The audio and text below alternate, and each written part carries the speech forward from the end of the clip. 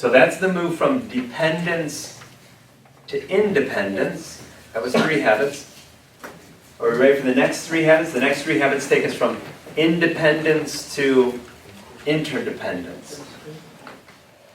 What are those 3 habits? The first one, and again, these are public victories because the first 3 were things that we did inside of ourselves, right? It takes a lot of thinking inside of ourselves. Now we're actually interacting with others.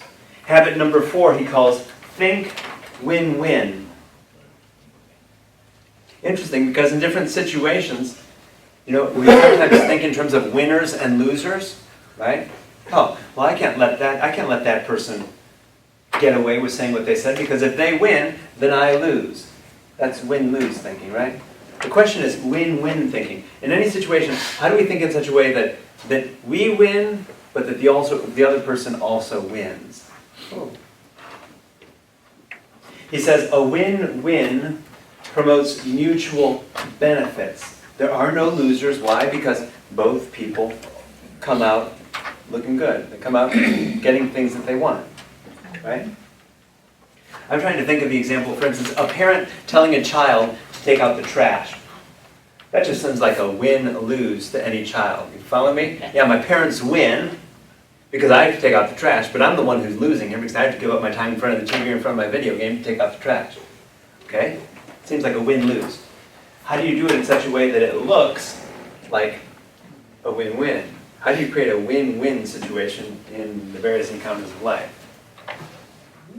He says, win-win thinking has a certain abundance mentality where it's not about winners and losers, but instead let's figure out how we can all win in this situation. He says, think about what kind of scripting you have and how it affects your relationships. Because sometimes the words that we say, we don't intend it, but it sort of sets us up against other people. And it creates conflict or tension. And so essentially what he's doing, he's encouraging us to move in the direction of going where everyone wins. Okay? The fight that Raphael and I were about to get into this evening, because I saw the old woman and she saw the young woman, and neither of us was budging, right? We were heading for a lose-lose situation. Follow me? Fortunately, we pulled up, and I think we created a win-win because I started to see it from Raphael's perspective, she started to see it from my perspective, and it seems that both people came out in that situation. Right? Had we insisted, we would have created a win-lose or a lose-lose situation. Right? Father Jamie, being the rigid person that he is, if he continued to yell and scream at her until she left the room, crying because he insisted that it's an old woman in the picture, right?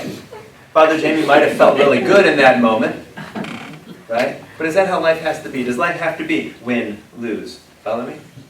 Or win-lose? Or is there some way in any situation for us both to come out, for it to be beneficial to both of us?